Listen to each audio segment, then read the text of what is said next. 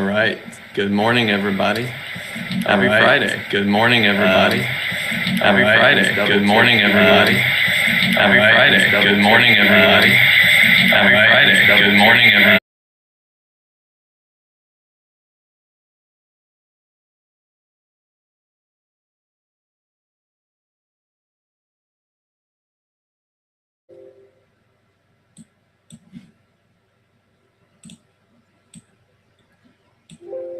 All right, testing audio. All right, testing audio. That's better. Okay. All right, everybody. Well, good morning. Happy Friday. Welcome to Engineering the Market on Friday. A little bit of a surprise offering since we have a short week. Wasn't able to attend on Tuesday, so I figured we'd just step in and take a look at what the market's offering this morning. Overall, there is some topics of discussion. I think there's a few things we can take a look at, some opportunity on this Friday, and obviously a lot of the same, but a little bit of change in regards to price activity and some new levels. So first things first, SPX expected move. Week in, week out, we talk about this as market volatility ranges, whereas the market pricing volatility this week. And as you can see, especially with our gap up open on the market, we are in line to test the upper bounds of the expected move at about 4018 SPX. Now, as always on Friday, there's a bit more gamma related risk in the option market to expand the expected move, especially if we start to slightly tip over these levels. But all in all, the risk this week has been somewhat contained within about a $94 expected move. That's our risk range that we saw on last Friday's close. So looking for additional upside possible. Market's going to really have to prove it to us. I would expect a little bit of a fade into the morning session, coming into about previous day close approximately, maybe even testing these risk levels. And then from there, they're going to have to push away from it once again. If we have a gap and go this morning, we're obviously starting with a gap up open. That's going to be another interesting setup, and that really puts pressure on these risk ranges for Friday. So as we kind of look at the overall market posture here, there's a couple things that ultimately we'll want to be cautious of. We'll want to be aware of some relative strength and relative weakness in certain sectors. And I think if you're in the bull camp, you want to see a few things today continue to outperform. For one, you want to see things like financials not really give back 2 days worth of momentum. Anything that's going to be clearing Friday's high, that's that really sort of stronger sell-off that we saw on last Friday, that's showing some relative strength. The market is actually countering some of that sell pressure from last week. You also want to be looking at healthcare. Now, we talked extensively about these sectors. They're very much tradable products, and similar to other trades, this is testing the lower bounds of its trading range. This is a well-established, almost yearly trading range on healthcare. There's been breaches and expansions at times, but ultimately you're looking to get either long or cover short and play back inside the range most of the time. You obviously want to wait for a little bit of setup, but sometimes you really only get a couple of days of indication. So healthcare strength, financial strength, two very important sectors. Little bit of consumer discretionary strength as well, also clearing Friday's high. And certain key stocks are part of that equation. Tesla forming those minor lows similar to the S&P. You kind of compare that with Amazon, not really showing the same behavior, but Tesla volatility is enough.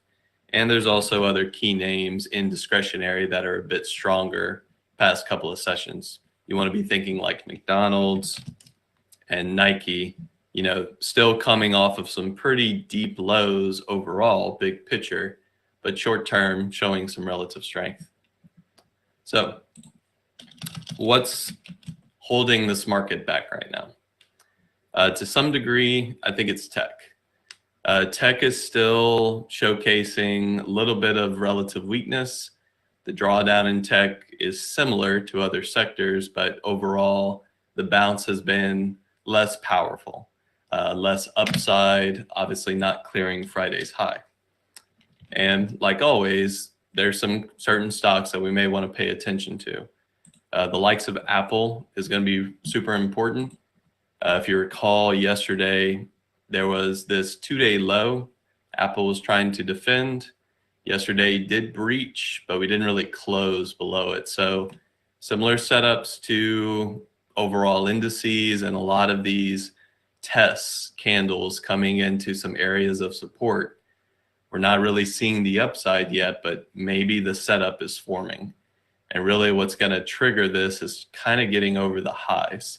You want to kind of get away from all of this consolidation and get into a more bullish bounce posture, actually forming your minor low on Apple. Same idea with Microsoft, not clearing Friday's high. Bounce has started, but you can tell the bounce is not as powerful, not reclaiming as much ground as other sectors. So those are your overall sector looks, more from the ETF side. You can also go ahead and bring in just your weekly performance. And for here, you want to be looking at that compared to index performance. You know, obviously, most indices are up this week. The bounce has started about midweek. And what you're going to notice is some relative strength in IWM. That's been seen in a little bit of some of the overall market cap allocation for IWM. There's been a little bit more biotech strength this week. Just certain aspects of the small caps that are outperforming. Most other indices are up, but not to the same degree. And even, you know, kind of calling back out the tech weakness, SPY is stronger than the NASDAQ. So, you know, downside in NASDAQ was deeper. Upside so far has been more focused on other sectors. It hasn't really been technology. Instead, it's been these three here, which we just took a look at. And then there's been a splattering of other relative strength as well, which tends to affect the S&P a bit more than it does the NASDAQ. Now, the last thing you want to also look at here is what's underperforming. Once again, just a weekly look, and this pullback is akin to some technical levels, but energy is also pulling in. That's putting a little drag on SPY. You know, it's not the same evaluation as the larger market cap sectors, but energy has been volatile. And whether your sector is 5% or 10%, if a 5% sector moves twice as fast, it can have the same impact as a sector that's 10% market cap weighted. Now, energy is pretty small relative. It's one of the smallest sectors of the S&P, but it's still moving quite a bit. So those volatile days where we see lots of strength, lots of weakness in energy, they can kind of kick the market around if nothing else is really doing much of performing to either direction. So energy has been not only the focus sector for a lot of trade, it's still technically year to date our strongest sector. So it's still our bull candidate. But 3 month has been poor, 6 month has been a bit stronger, and then last week has been more of a drawdown relative. Lots of rotation back and forth. Notwithstanding, you can trade a lot of those moves. So those are some keys for today. I think if you're coming into today's trade, it's Friday.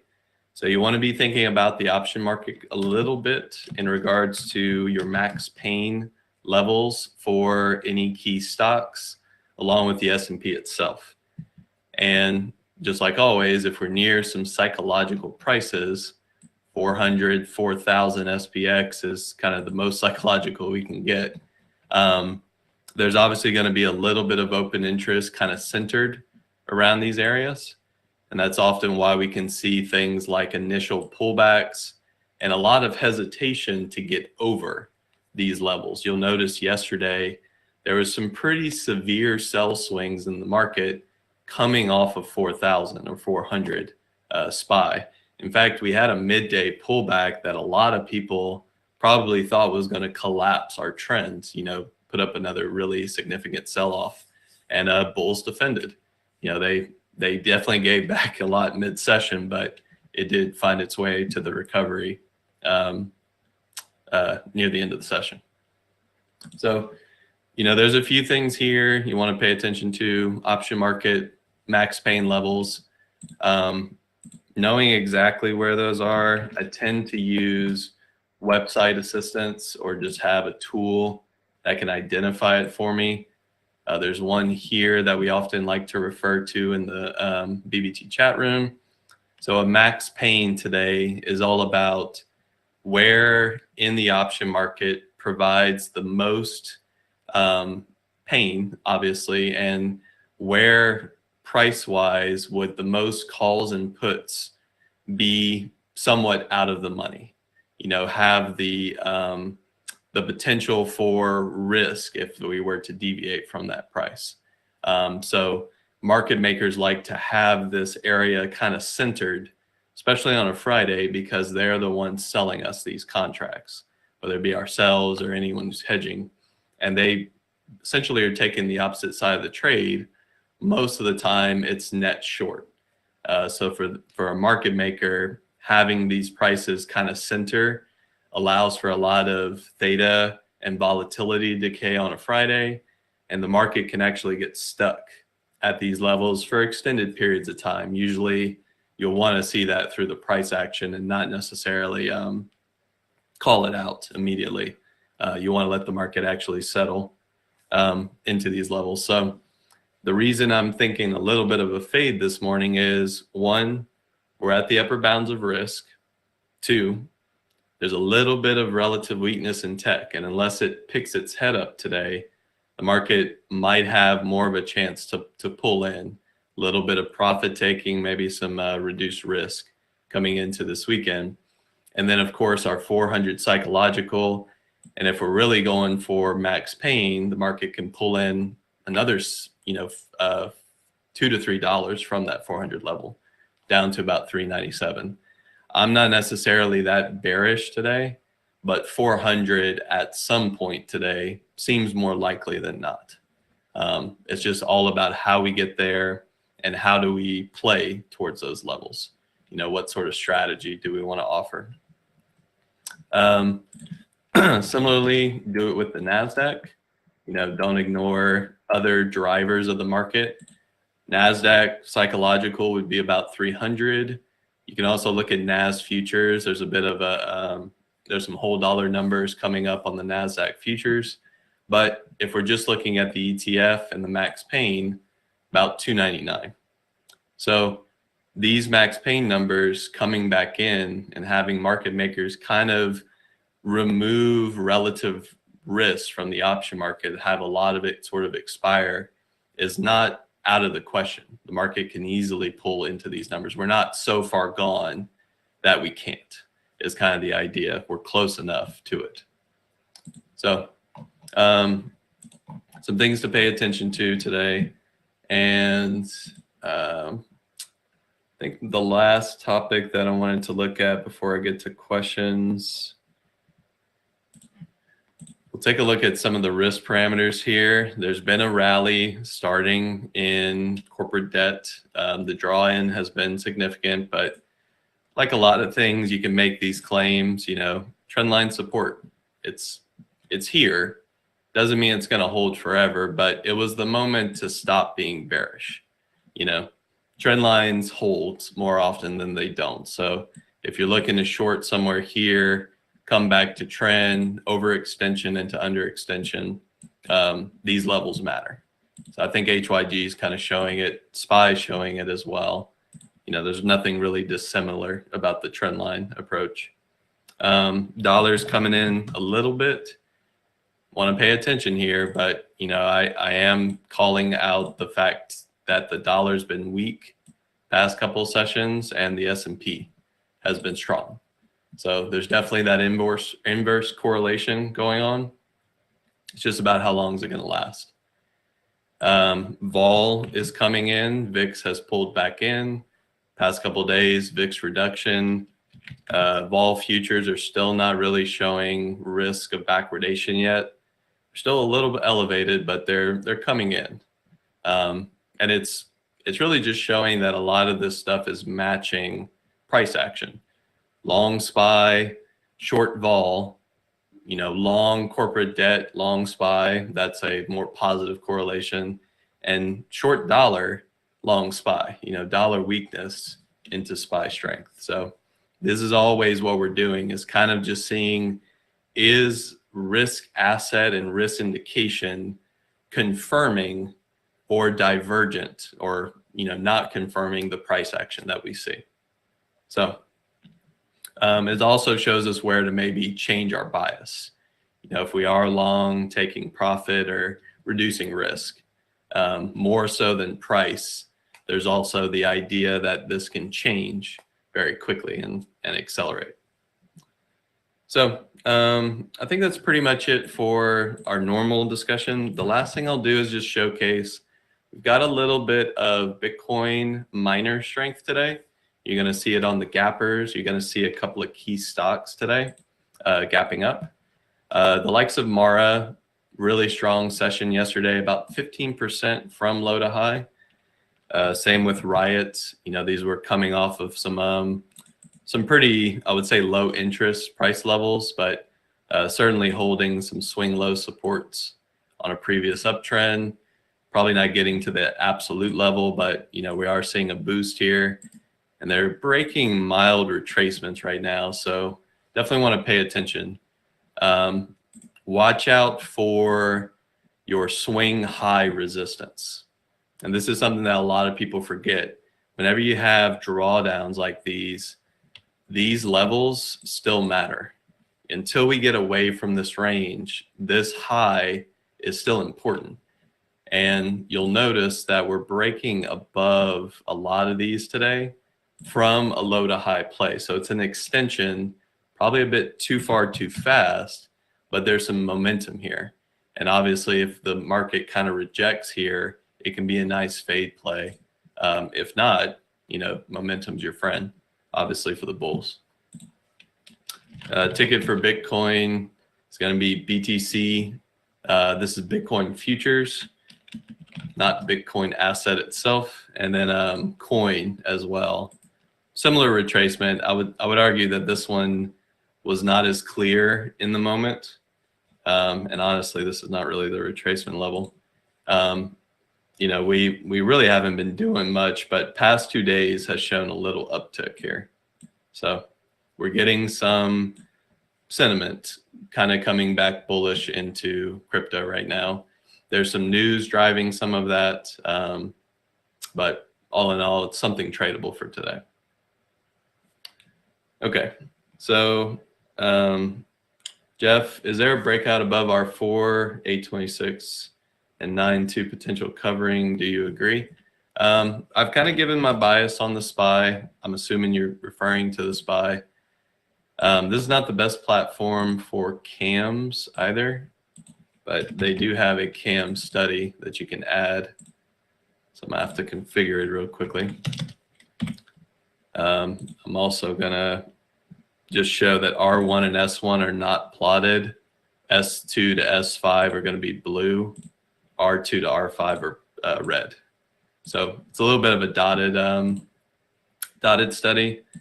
I'm looking at SPY kind of testing R4 this morning. It's pulling back in. So I've talked about the extreme levels on the expected move, talked about the fact that max pain is lower than where we currently are, and 400 psychological and previous day close, even if we want to set up bullish, pulling back in a couple of bucks, I'd rather catch that first. So there's a lot of reasons to be thinking maybe fade early, just draw back in first. And until we really clear pre-market highs, that's going to be probably my bias. After we set up a little bit lower, we'll see if there's any bullish play or if it's just going to stall. And, you know, if we do gap and go, I think we'll need volume. We'll need a lot of volume kind of coming in early to really push this market out. So, yeah, so this is a thinkorswim, Lucio. And then Banu, you asked about max pain. I've kind of explained it just through the discussion. It's the whole concept is that the market maker interest on expiration days and usually close to expiration days, they want the price to be close to those max pain levels, not because they have this vested interest to kind of, you know, I would say do things with the price, but it's actually beneficial from a risk level for them. They see the most decay of sold contracts at those levels, and the rest of the market, the ones that bought it, have to make decisions about getting assigned, and the fact that a lot of those contracts are on the verge of usually some very extreme risk, because gamma risk accelerates on expiration day. It's the highest on expiration day.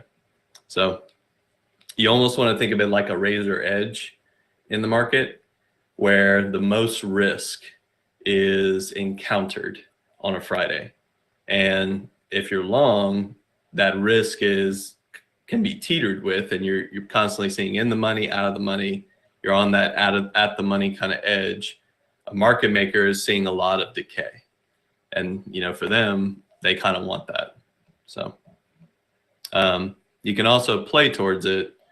If it's a max pain kind of move, you're going to see a very dampened price activity. Usually want to have some sort of butterfly centered around there. You can also play away from it because it is a value zone. And if the gamma risk accelerates, we get these really aggressive, grindy, and sometimes like explosive moves away from risk, just because everybody's covering the people opposite the trade. So it's really just a risk level. It's not support, it's not resistance. Same thing with the expected move. This is not support and resistance, it's risk. You know, support and resistance show where initiation trades started. Risk is about where do people think things are likely to be, and if they're not, what's going to happen. So, you know, that's what we're all kind of about. We actually want the market to have pain in certain participants simply because that's how the market moves. And you know, if it's not moving, that means not a lot of people are necessarily in pain from a directional sense, but they might be in pain from a gamma sense or a assignment risk. So let's see, what else do we got?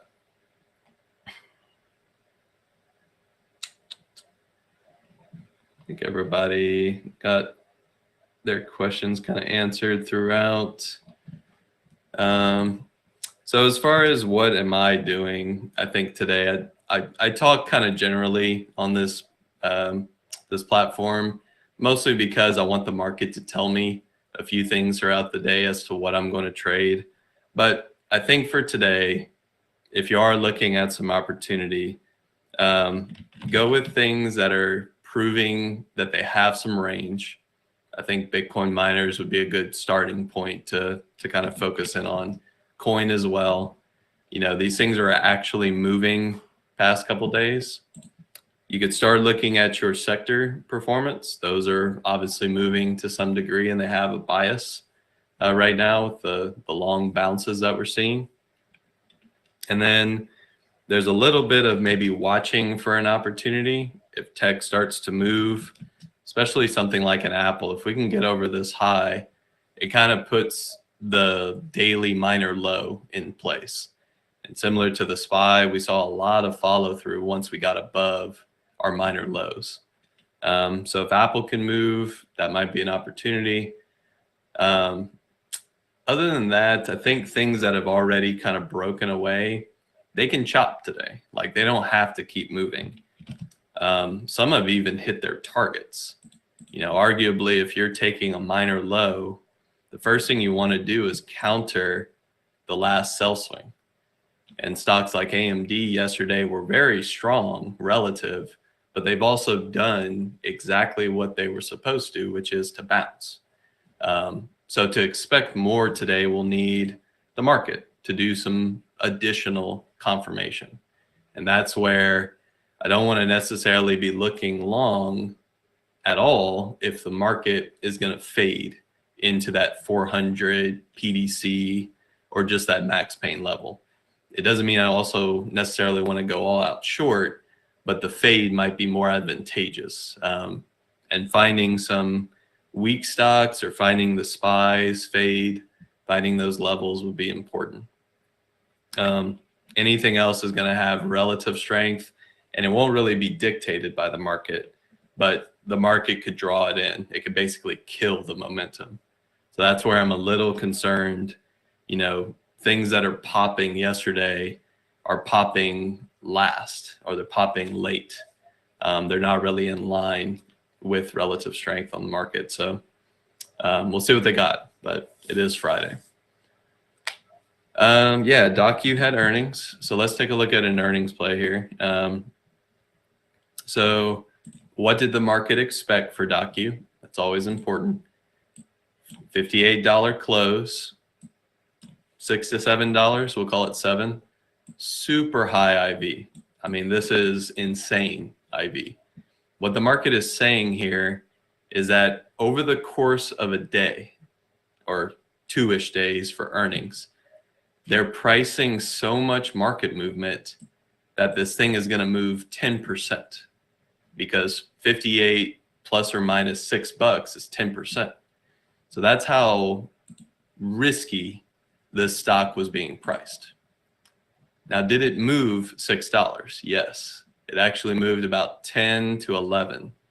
So it's a little bit outside of expected move. Once again, what should we be doing with this?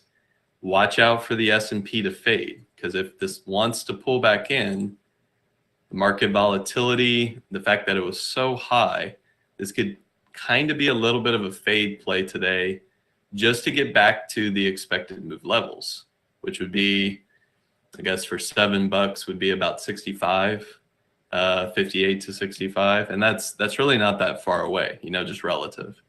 So, I know the long into earnings is attractive.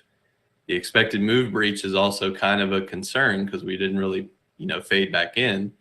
But, the option market tends to be right more often than not. And if the market pulls into 65, that's going to be normal. It's a little bit of profit taking, a little bit of a rejection of a range, and also just kind of countering multiple weeks of selling all at once, and then just coming back in right there, somewhere in that 65 area. Is the option open interest heavy at 65 would be a second question. It's not. So once again, I'm not saying that that's the play, but it's what the market priced. Anything else, we're going to have to really see what happens at 70, because that's your large call interest. So you want to get over 70 as a bull.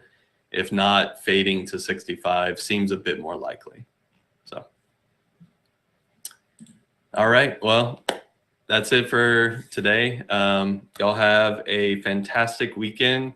Obviously, a little bit of solemn recollection and just remembrance of those who have passed. And obviously, we have a national holiday this weekend. So we'll honor that on Monday as we get through our weekend, and trade safe today. Stay tuned for pre-market prep.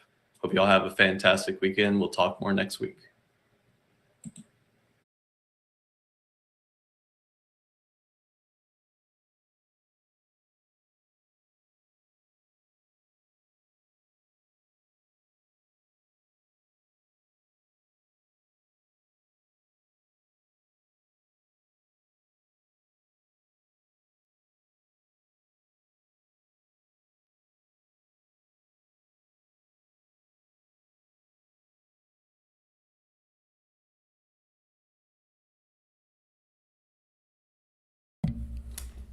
Hello and good morning, everyone. All right, let's just do a test here. Need to make sure that you can hear me. Start with YouTube and I have to get the room. Hold on a sec.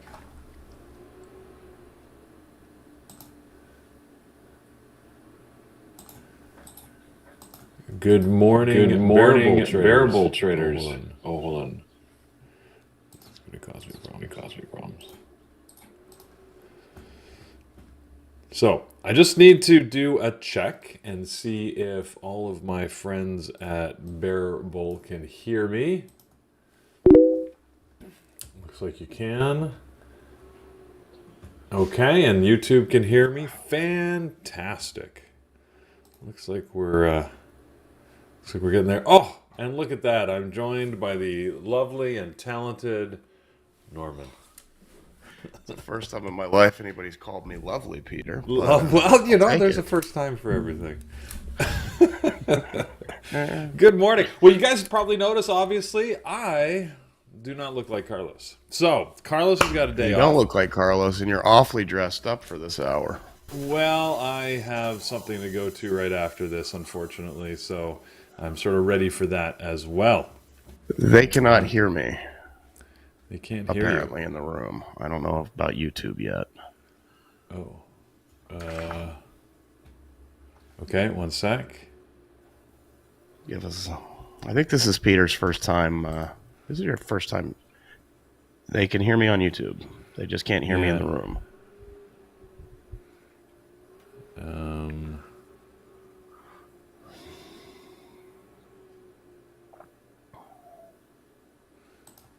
I think if I do this, they get an echo.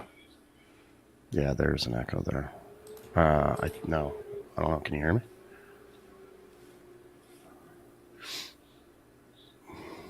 No, they still can't hear me.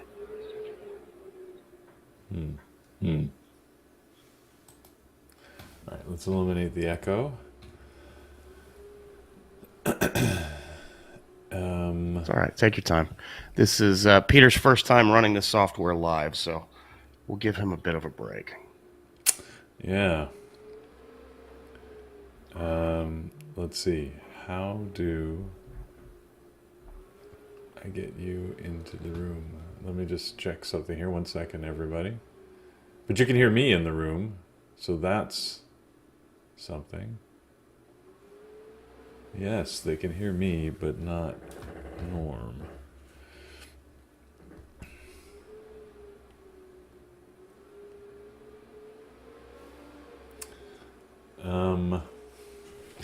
I don't know what to change to fix that, so I'm afraid of messing with it too much. Let me try one thing. You can you try. guys hear me in the room now? Yeah, there you go. Okay, thanks, Norm. So I'll just run it that way. do- That's fine. I'll put my mic in the room. Can you guys still hear me on YouTube? And if so, is there any kind of echo or anything?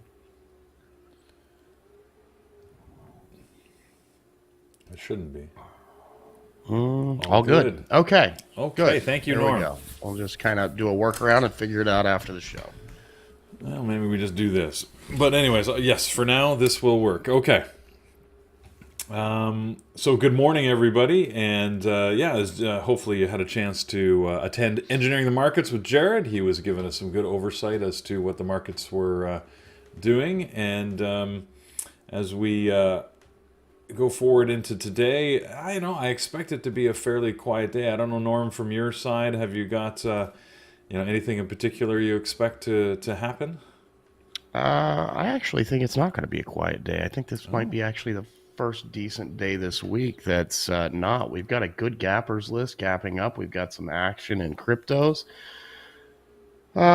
which I didn't hear it because I was taking my son to school, but I'm guessing Jared touched on that in his normal fashion. We've got a good-sized gappers list, a couple of earnings plays, some other stuff going on. So, yeah, speakers. I think we might actually have an okay day. Okay, well, let's see if you're right. So far, the market is moving here a little bit, and it's up slightly. So we'll see what happens. We've got a decent gappers list. Your Something's up with your chart. Your chart is showing something from yesteryear, my man. You're showing SPY at 395, and SPY has not been below 400 all morning. Oh, hold on a sec. It's a bit of an antique. Wrong day. There we go. Scrolled over. Yeah, I mean, SPY's up over 0.8%, and the Qs are up over 1%. Decent volume this morning, so might be actually an okay day. Like I said, I think we've got wholesale inventories 10 a.m. and then 3 Fed speakers scattered throughout the day. So, there we go. So, yes, you could jump right into that. So the 3 now, these Fed speakers, they don't normally move the market significantly, do they? I mean, I don't. Jay Powell did. I mean, I think Powell's speech yesterday is having a bearing on what's going on this morning. Right.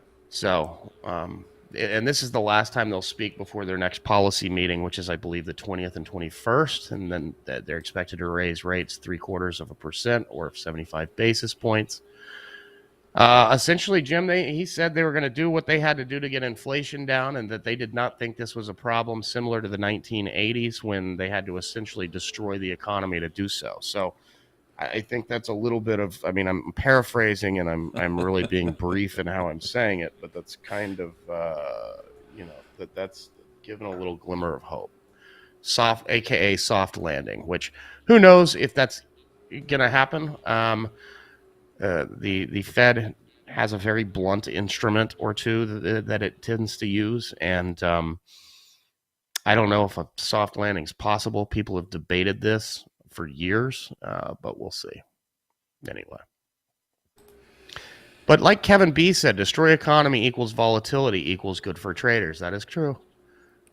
Your 401k might hate it, but your trade, your watch list enjoys it. So anyway. Yeah, that might be a little too nihilistic for something to wish for, but who knows? We'll see what happens.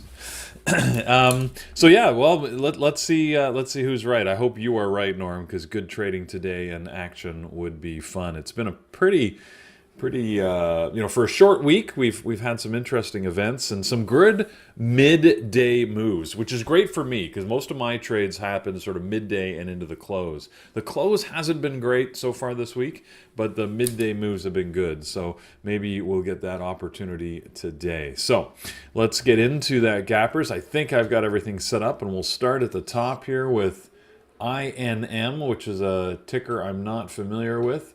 It's got a small float, 14 million float, so far I'm not excited.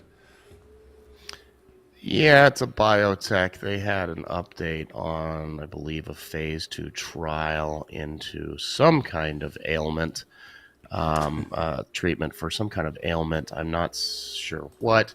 As you mentioned, it is a little bit on the lower side.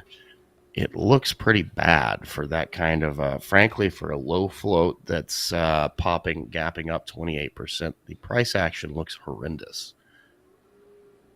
Yeah, there really hasn't been that much and movement. The spread is nasty. Level 1 right now is over 30 cents on an $11 stock. So that's pretty, that's a no. So there's the spread. That's right. I shouldn't, can't steal Carlos's line, but yeah, no. Okay, but if you like the low floats, maybe that's something to watch. We've had a few of those in the last couple of weeks that have just been, I mean, frankly, I would not touch them. They're just too crazy to trade. But if you like them, that may be something for you to consider. On the other hand, we've got Documentum. No, I always do that. It's DocuSign. I used to use Documentum in my business, and that's why every time I see a Docu, I go there, which wrong software altogether. DocuSign. Now, they had earnings last night, I know, and surprised the market with some positive earnings. And they got a jump at the close yesterday. We were watching that live in the Bear Bulls trading room. Today, it looks like they're sort of just easing off a little bit, but still up. 14, almost 15%. Earnings last night. Yeah. Okay, so that one I think I'll keep on my list. You notice on my list, by the way, I've already got Apple and AMD. Those are just staples that I look at all the time, so I just left them on my list. So unless we get something better, I'll leave them there for now, and we can look at some levels because those are always in play. We might look at a few others that you guys have to recommend a little bit later. But for now, DocuSign, first one, goes on the list.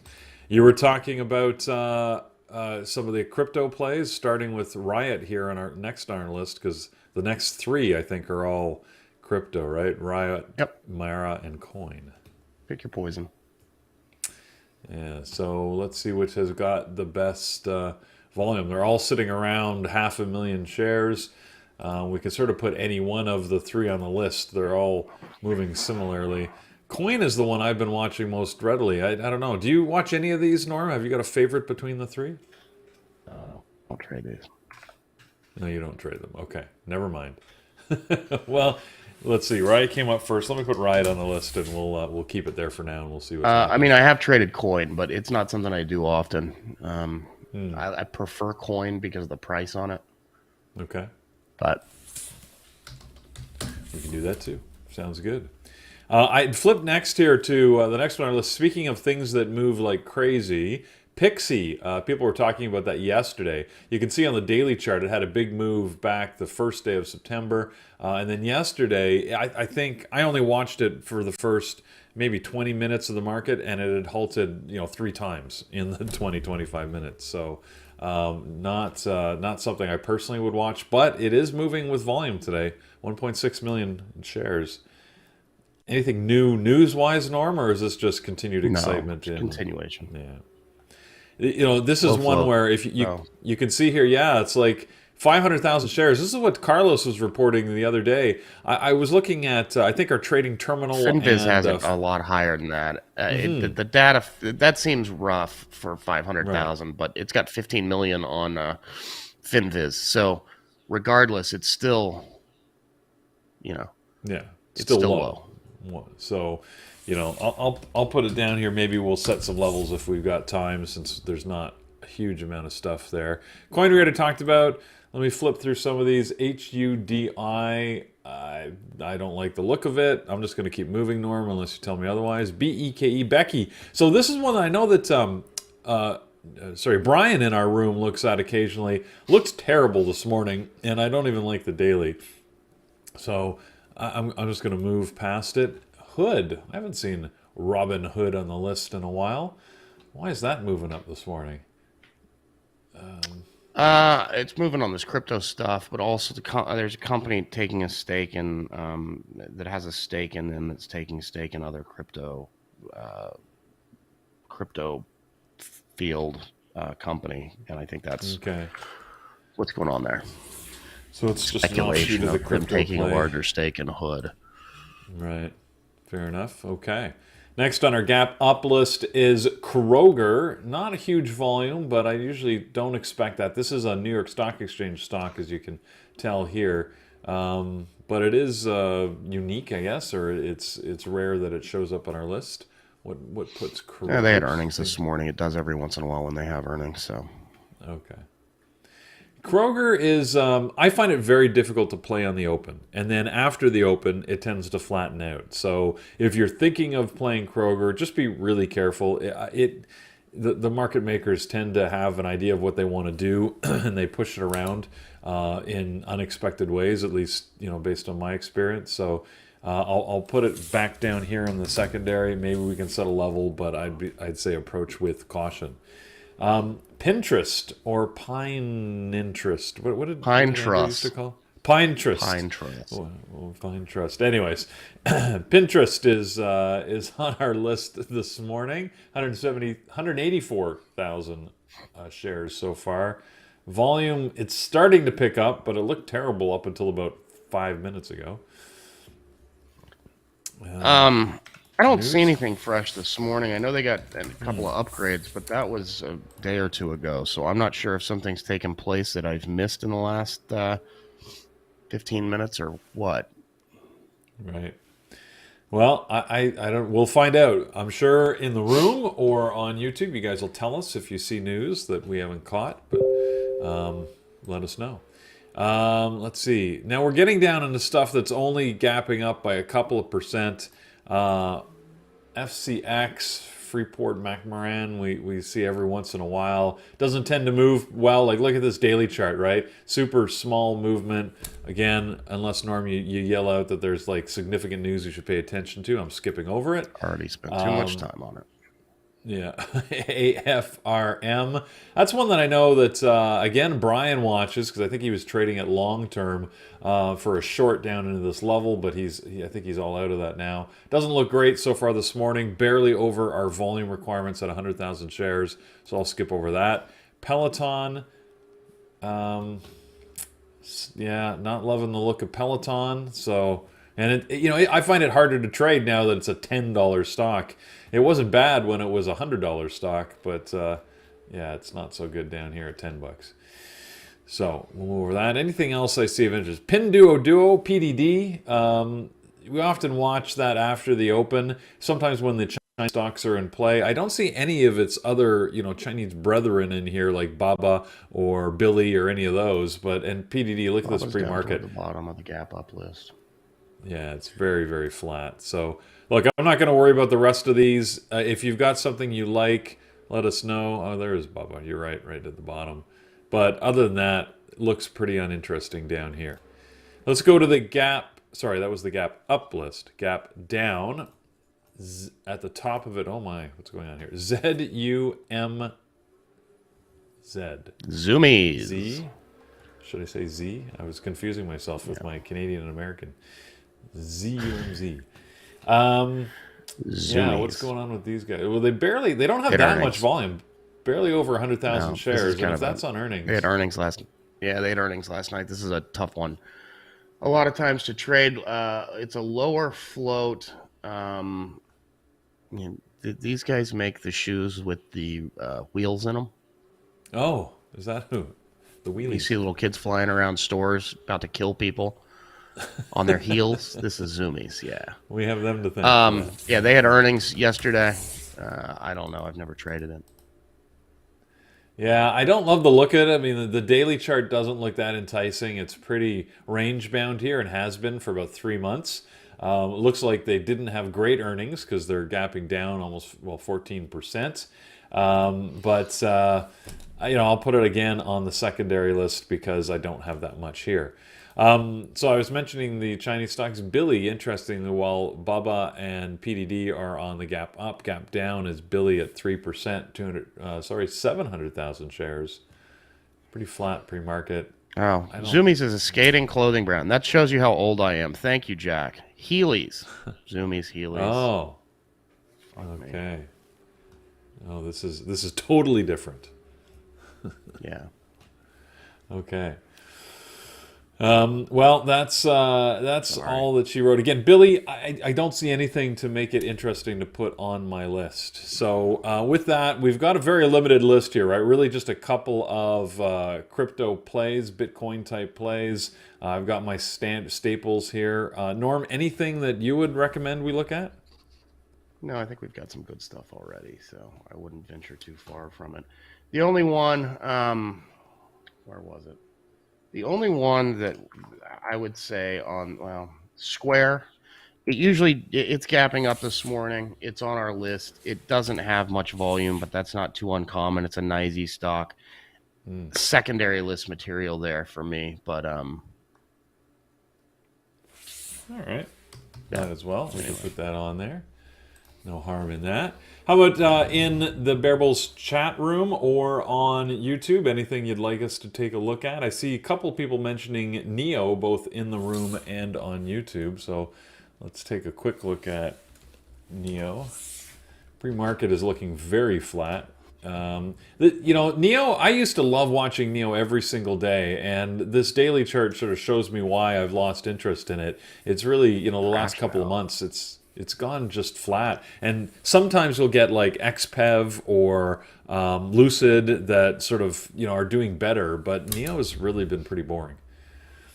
So I'm not seeing anything to recommend it this morning. Mara and Riot, I see Mike 22 you're recommending. We already have Riot on the list. Mara, same vein, so we got that covered, I think. Raf is going to take a look at Rivian. That's another one that's been actually moving a little bit better. We see a little bit more movement pre-market with 500,000 shares. Yeah, it's coming into an interesting range here on the daily that maybe be worth taking a look at. So I'll put it down. I'm getting a big secondary list, but nothing new on the main list. Anything else? I think that's it. That's it. Okay, Snap. Somebody says Snap. All right, last one I'll look at here for the moment. Snapchat. 700,000 shares. That's pretty good volume for it pre-market. Again, hasn't been doing a lot. Yesterday, I was watching it. It did make a couple of good moves with a net gain yesterday. So far this morning, not bad actually. If this volume continues into the open for the next hour, it might be worth watching. I think that volume has got to be a block trade. I'm not seeing it. Oh, yeah. You got some 8 a.m. settlement stuff, but that's all trades likely taken yesterday. You're right, and that's only 200,000 shares, so there should be another 500,000 shares, but every other candle is like... I don't see it. The volume on most of it's not very high, so... I don't know if there's a block trade somewhere that's registering in that 700K or not. Yeah. I don't know. Anyway, if it gets volume at the open, then it could be good. Right. Well, we'll see what happens over the next little bit. You know what's not? Twitter. Twitter. I know that, I've got different frustrations. Twitter is a shit show. Oh, yeah. Both in terms of its application and its stock. And while we're talking about it, I'll just remind people, guys, none of the BBT crew will ever ask you for any money or cryptocurrency on Twitter via DM. We've had 2 impersonators in the last 24 hours. I think Jared had one and Artie had one. So that's hence why I'm calling it a shit show. Yeah. Norm's absolutely right, guys. We got to pay very close attention to that. When you see... when you see posts, what they do is they copy the entire profile pictures. They even scrape all the posts and repost them as their own. You got to look at the names really carefully, because sometimes they just add like 2 eyes. I think in Artie's they added 2 eyes in his last name. Easy to miss, right? Like you're not going to notice. Or they add an underscore where there shouldn't be one, or something real simple. So the key giveaway is if they ever ask you for personal information or money, that's not us. None of us will do that. Promise. Right. Promise. So it's just not something that we're going to do. So alarm bells should go off if you ever see that. Sadly, we get emailed from time to time that people have actually given these people money or stuff. So. Yeah, and it breaks our heart to see that because, we don't want anybody sort of losing their money to these scammers. But so keep an eye on it. Report them if you can. Certainly block them from your feed, but also report them and tell them that they're imitating somebody. Usually that's the fastest way to get them to pull it down is say that they're trying to imitate somebody whom you know, and that helps a lot. So thanks for all of your support in that. So with that, I think maybe we can go to our community events, and we're actually, I never do this. We're running sort of on schedule or ahead of time. Norm, what do you want to start with in your community events today? For the webinars page, brother. Okay, I can do that. Hold on. Anytime, guys, you want to learn what's going on at BBT, you can just go to bearbulltraders.com/webinars. It'll give you the schedule for the next couple of weeks. So we've got onboarding and technology every Monday night with Carlos. This is actually open to the entire world now. You don't have to be a member to come in. Awesome. I think it's bearbulltraders.com/free class if you're not a member of BBT. But you can go sign up on the homepage and you'll be reminded to come see us. So anyway, every week, Monday, 8 p.m. Eastern, Carlos for the onboarding and tech. On Tuesdays, we focus on strategy here. Next Tuesday, 8 p.m., you've got Thor talking about, sorry, I'm blanking out because I know that I need to get the time fixed on Eamon's. Talking about, of course, VPA and the where. Then the following week, 5 p.m. Eastern, Eamon will be doing managing an opening position. Wednesdays is focused on psychology. So next week, you've got Creta, 5 p.m. Eastern, talking about finding your mental edge. Then the following week is Mike talking about analyzing your psychology journal. All right, mentorship on Thursday. It's 11 a.m. with John, 4 p.m. with Ed, 8 p.m. with Thor. Don't forget about stocktradingsimulator.com. If you would go to the homepage real quick, yeah, you just click on the logo there and shoot us over there. Guys, don't forget about stocktradingsimulator.com and Trading Terminal, our sister sites that you can look up news and everything else, but you can also go to stocktradingsimulator.com and just stay on the homepage if you would, because I'm just mentioning this real quick.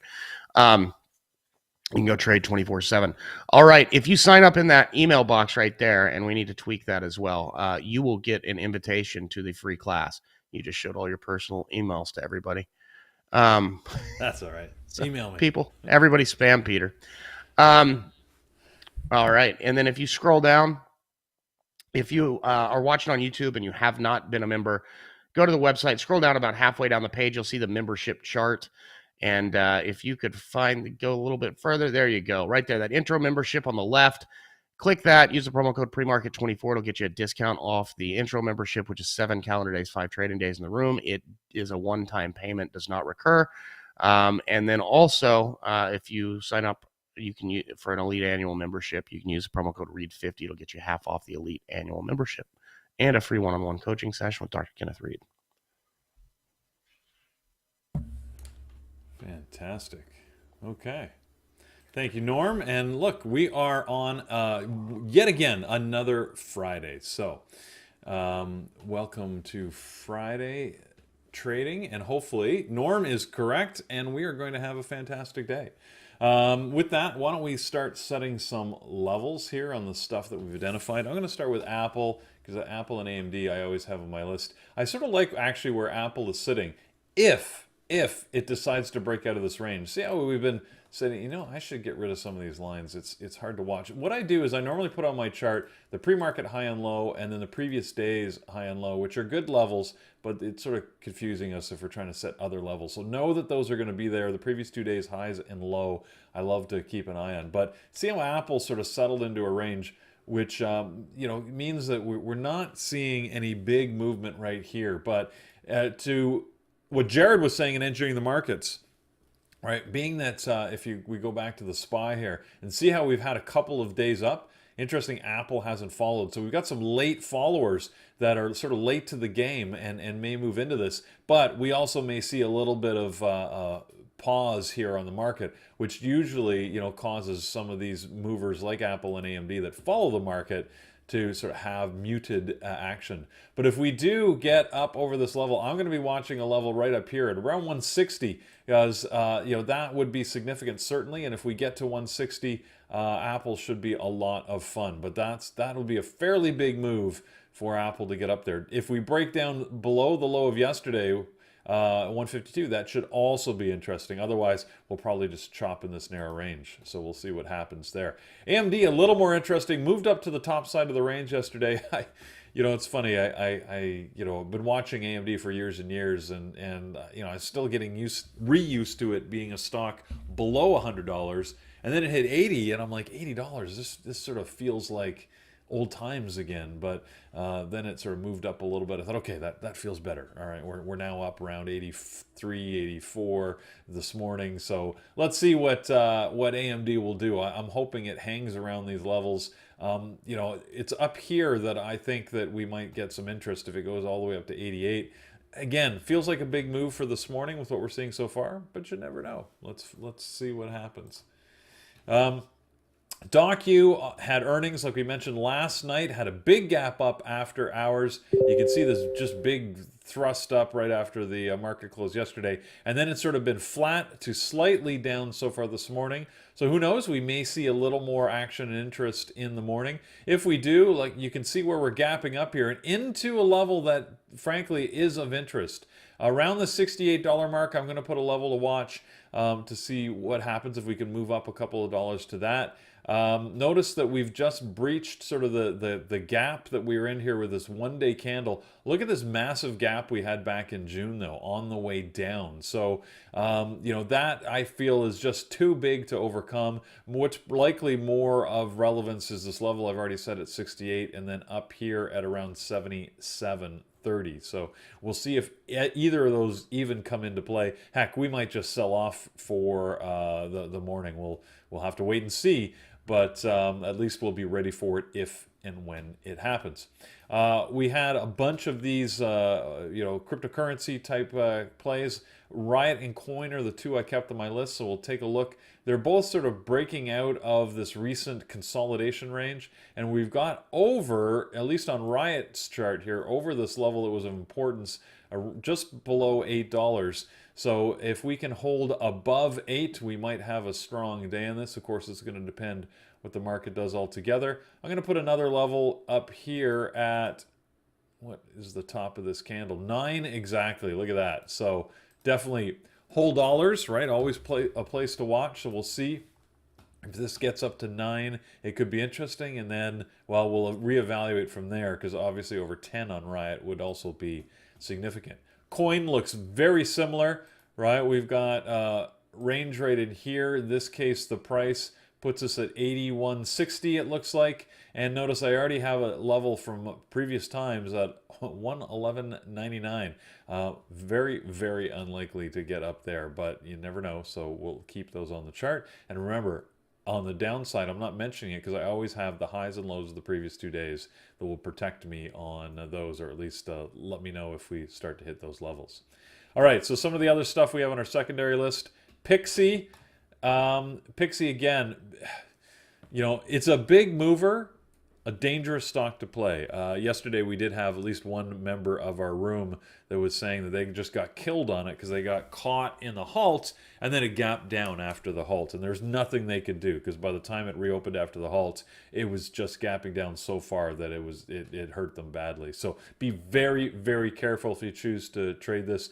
I frankly, you know what, looking at this chart, I wouldn't even put any daily levels because I don't think they'd have relevance. If this moves, it's going to move based on momentum and a bunch of people piling in. I don't think the levels will matter whatsoever. Just look for whole dollar levels. That's what will matter more than any sort of previous day chart levels. And that can be exemplified by look at these big spike candles that Pixie has had several times over the last little while. So we'll just leave it at that. Hood has moved up a little bit over $10 and is gapping up so far this morning. I think if you're going to watch this, we'll definitely put a level up here at about 1092, 1093 is a good level to have it. We'll see what happens if it gets over that. If it does, then the high that it managed to set back here in middle of August, the 16th, was 1159, so I'll put my level at 1160 to watch for that. Kroger, we mentioned, tricky play, but if you want to play it, highs and lows of the previous 2 days are going to surround sort of the current price action. You can see that down here on my 5-minute chart. It's these red dashed lines that are all in here around the price action. If we do go higher, I'm definitely going to watch over 50, 50.35 looks like a good level right here. Whoops, we'll just put that right at 50.35. And if we go higher than that, maybe up over here, looks like a good level, 53. I can't think that we're going to go that high. I mean, unless there's some better news than what we heard, but we'll leave it there just in case. And on the downside, well, we'll have to watch this level here where it certainly, you can see, got some support. 47.40, 47.40 is the place for that. So let me just put that level right there. All right. Pinterest. Moving up over the last few days, but in a sort of a spotty fashion. So we're up above this consolidation zone. I got to go back on my daily chart to see what else we got. Let me remove some of these lines. I think I like this area, roughly $27. I'll keep an eye on. I always put this, well, I don't always. When it's moving, I've put this on a secondary chart occasionally. Because sometimes you just get these, it moves well for a couple of hours, and then you can potentially take a trade on it. But once that movement goes out of it, I find it's a really poor trader. So, keep that in mind if you're deciding to try and trade that today. ZUMZ for my Canadian friends. ZUMZ for the Americans, gapping down here quite significantly this morning, and Are we at all-time lows? No. No, definitely not. So whoops. Back here in 2020, we were at or below these levels. So something to watch here. I mean, this is way down here compared to the current price, but 13, yeah, 13, only got 1313. Somebody liked that number. Well, that feels a little engineered, doesn't it? So we'll watch that, and then we got this spike low here that hit 2087. So I'm going to put a level here at 2088 just to keep an eye on that to see if we get down that low. If we do, something to watch, because the range today had us, well, 2150 was as close as we got so far. So ZUMZ is there. SQ, as Norm mentioned, it doesn't get a lot of volume pre-market, but it can trade well. Look, couple of up days, again, following the market. This looks very similar to the SPY chart. So it wasn't doing a lot of independent movement, but if it does get some motion, we'll keep an eye on it. $75, a place to watch. And then the next level of support, or might be resistance. Oh, look at this, 88.88. I like the number. I'm going to put a daily level right there. Okay. Rivian was one that somebody mentioned in the room. If we get some movement, oh, look at this level right here. I like these spike lows sometimes, where the stock does like this about face movement, because sometimes that is weird levels of support. So the low here, 33.46. I'm going to put my level exactly at 33.46, and if that proves to be of significance on the downside, I'll take note of it. On the upside, definitely this recent high is something to watch. 40.58, 40.56. Sorry, let's make sure we get it right. And then I'm looking to see if there's something in between there. I don't really see anything of interest, so I'll leave it at that on Rivian. And that'll bring us over to Snapchat. Last one on my secondary list. Boy, look how flat Snapchat looks when you zoom out on it. This is where we might see some fun on Snapchat, if it can ever get back into this gap. Notice we're in a smaller gap that happened in July right now. But it doesn't mean that we're going to get movement, because there's sort of a level right here where the price exists. Now at this 1270 level, if we can get up through this gap, yeah, see, we're right at the bottom of this level. Yeah, there's just a big area with not much happening. Maybe I'm going to try and catch the low side of that. Around $15. Might want to keep an eye on this. Again, I don't love these levels, because really the level's up here, right at the top of this at 1650, and then at the low of this up here at 21. But I mean, we'd have to have some big news or some huge interest to get snapped there, especially as Norm was pointing out, 800,000 shares, but at least half, if not two-thirds of that volume is not really visible on the chart. So not sure what would push this.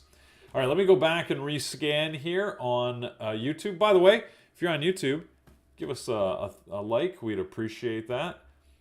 It always helps the channel to know that we got the thumbs up going on there. And in the room, if you have any last thing you'd like me to look at, let me know. Otherwise, my list personally, I'm going to stick to the old standbys. I'm going to stick to Apple and AMD. I will definitely watch Documentum, and I think I'll watch Coin.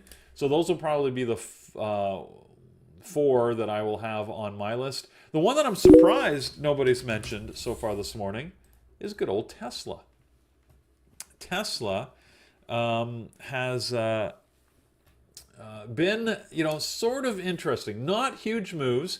And so far this morning, just moving sideways like it is often doing. But I do think that, I'm waiting for Tesla to get that next excitement, right? That next level of interest. This 300 I thought would hold it, but it dropped off of it. It's been down below 300 for about 2 weeks now.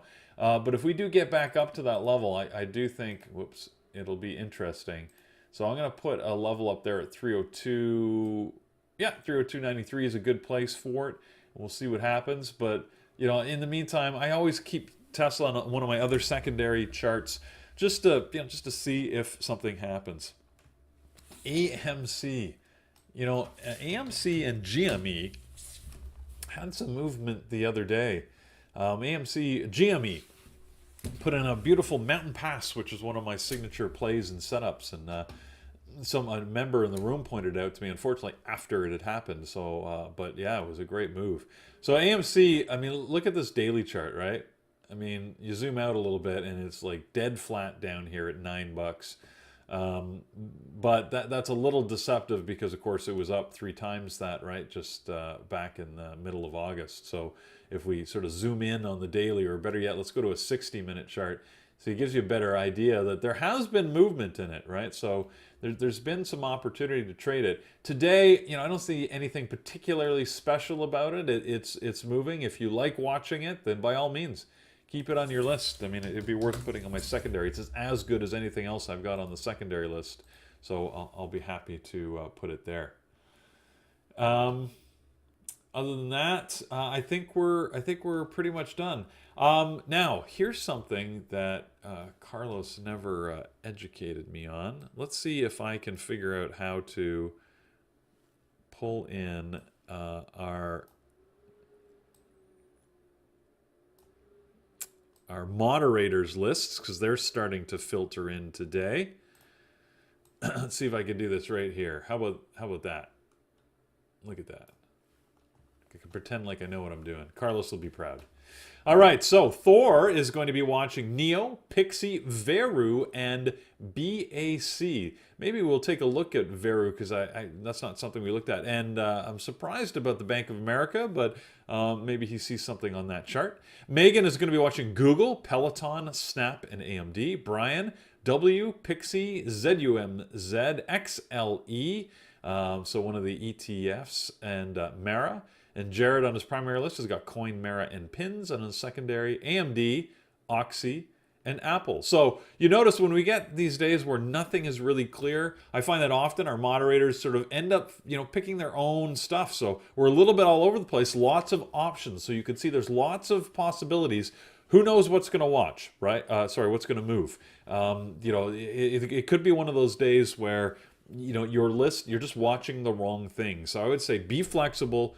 Don't jump into anything too aggressively, and hopefully you'll keep yourself safe today. If you don't find a trade, then so be it, right? Like, it could be one of those Fridays, but maybe you'll find tons of trades. It could be a fantastic day. Either way, right? Be careful. As Carlos always says, you don't want to go on a Friday and regret, what you did today all weekend. So trade smart against your strategy. At least not trading wise. Sorry? At least trading wise. At least trading wise, fair enough. But whatever you do after the markets close, that's up to you. Yeah, regret that all you want. but as long as you're not obsessing over the mistakes you made, right? Win or lose, if you can say I traded smart and against my strategies, that's a win. So hopefully you can take that into the weekend. Susan's got her list up. AMD, Apple, SPY, and Neo is what she's watching. And Norm, have you refined your personal list? Anything new? No, I usually don't until we get a few minutes closer to the open. So fair enough. All right. Well, then I think that's it for this morning. I know that Carlos now always waits for Brian. Let's see if I can get my good buddy Brian on here to say hello to us this morning. There he is. Hello, Brian. All right. Take care, guys. Trade safe. Now, being that I don't know how to bring in Brian's... You're not going to be able to. Yeah, it'll create an echo if I do it. So if you're talking, Brian, I can't hear you, but say hello to everybody on YouTube, and then we'll call it a morning.